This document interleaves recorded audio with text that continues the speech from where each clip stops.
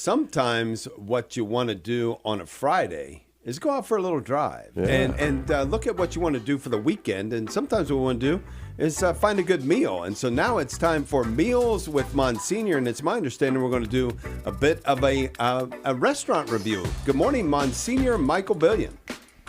Well, good morning very much. It's nice to be with all of you and all our listeners this morning.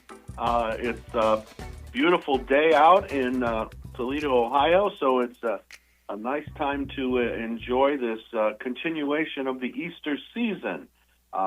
Today, I want to take us to a little restaurant and talk about it a little bit. It's a beautiful little place. It's outside the city of Toledo, but in our listening area in Blissfield, Michigan. So a little trip up to Blissfield, Michigan today. My first encounter with this restaurant was quite interesting. You all may know often that I have a close association with the Sofo family. We've been friends for ages. And one of their leadership people called me a number of years ago and said, Monsignor, would you come up with me to visit this little restaurant on St. Joseph Day? Because the owner puts on a beautiful St. Joseph altar, and she would like someone to bless it, which is the great Italian tradition to make a huge altar full of breads and pastries and food on the feast day of St. Joseph, and then to feast on half of it, and then to give the other half of it to the poor, all in celebration of St. Joseph. So I went up to this little restaurant called Lena's, Lena''. Oh. Lena's Italian restaurant for St. Joseph Day to celebrate the ceremony of blessing the altar of St. Joseph, the bread altar, and then to enjoy a meal with them. My friend Frankie Lazaro from Sofos took me up there, introduced me to Lena and to the wonderful celebration. So I've been up there many times since then, not just for St. Joseph Day, but just for a good, hearty meal. It's the kind of place where you can enjoy the little quaint dining room, or you can take out. You can even get pizzas there to take out. But I'm going to talk about the in-restaurant experience. Lena's been there since 2000, and she opened this little restaurant there. She just wanted a simple Sicilian-inspired cooking experience and kind of a family encounter in her restaurant. So she's done a good job at doing that. You could go in there, and if you'd like a little appetizer, there's a couple things that, of course, are very good. I love her little fried ravioli, and she deep fries these ravioli, the little marinara sauce on top, just enough to pique the taste buds on your tongue, just what an appetizer is supposed to do to help create enthusiasm for the meal yet to come. You also might like to try her bruschetta. Bruschetta, the toasted hard bread with a great mixture of tomatoes and goodies and onions on the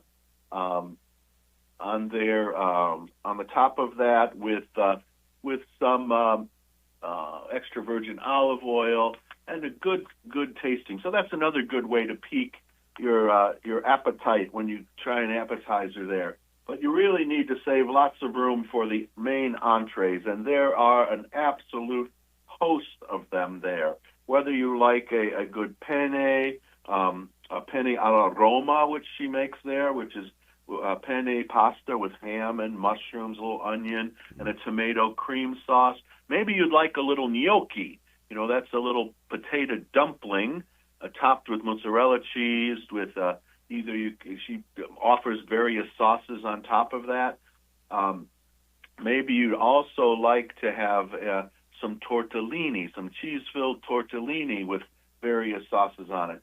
She's got a good chicken dish. She has a kind of one of her little specials is a Lena's. She calls it Lena's special chicken, which is a breaded chicken breast with some garlic and olive oil sauce. All very, very good. So you can enjoy a wonderful main entree after you've tasted those appetizers. But you have to also just look closely at what her specials are too, because there's always a special or two. She generally has a good she calls it a borghetto, a pasta borghetto, which is sausage and bell peppers and onions and in a white sauce. And served with some tortellini. That's delicious. But she might also have something else special on the menu whenever you go in. But save a little bit of room after all that for some dessert. Either I love both or cannoli and her tiramisu. She has something called cinnamon sticks on there too, but I've never had those. But I've seen them walk by the table before, and they look pretty good too.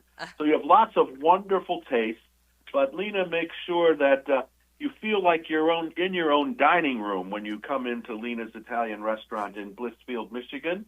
It's a great place to enjoy wonderful food, good company, and the warmth of hospitality that Lena offers to us. So take a little trip up to Blissfield, and you'll be a happy person. Now, obviously, it's Italian, so are they known for their pizza also, Father? I would also correct you and say she's Sicilian. I'm sorry. You know, to us Germans... Those of us who are Sicilian... are careful about who we are. Yeah, she does. All right. She does offer she offers a host of pizza as well. Yes. I just thought the pizzas I wanted to accent the things that are a little unique and different about the place, but the pizza is very good too. Okay. So, and I just pulled up the website. I see just outside the Sicilian capital of Palermo. So, that's where she's from. That's actually where my father's family is from. Oh, really? They're from Palermo? Yeah. I didn't know that. Oh, I'll be dang. Yeah, my mother's family is from the opposite side of the island over near Messina. Okay. And my father's family was just outside Palermo. Yep. Ah, okay. Wow. So I understand. Why is that such a big deal that we say it's Sicilian? Well, because it isn't a big deal for Americans, really. Right. Exactly. But most of the people in Sicily don't even acknowledge that Italy's a united country, because it used to be all independent kingdoms. Oh, and Sicily was its own kingdom. And since it's a separate island, they just like to they make sure that you always know they're Sicilians and not Italian. They need to dine together. Think Texas. Think Texas. There we go. So what was your favorite? I mean, like, what did you have when you were there that you really liked, Monsignor? Well, the last time that I was there, I tried on the entree side. I had the one of her specials. I tried the pasta borghetto, and that is with the sausage and bell peppers. Yeah, I saw that. That Sounds onions. Delicious. Yeah.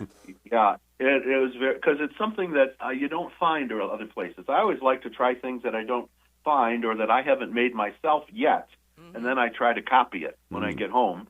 And it never turns out exactly, but I tweak it often to where I absolutely love it. So it's delicious. That borghetto was very good. So do you have a recipe for Alfredo sauce, one that you use, or do you, I hate to say this, buy it? Don't. Well, I will tell you that you should go to the website for Annunciation Radio and look at my Alfredo sauce there. Oh, I'm sorry. I didn't realize it was on there. Yeah. Okay.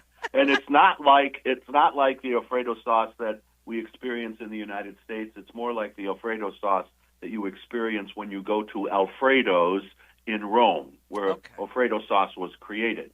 No cream, only cheese and butter and pepper. It's lovely and much lighter than the Alfredo sauce that we enjoy in America with lots of heavy cream in it. Okay, I'm looking it up because I like Alfredo sauce, but I don't like the heaviness of it. So, all right. You'll like my recipe, Pat. All right, I always like your recipes. Thanks so much for being with us. Great. Have a wonderful day. Thank you, Monsignor. And while in Blissfield, check out St. Peter the Apostle Catholic Church there in Blissfield, Michigan. Yeah.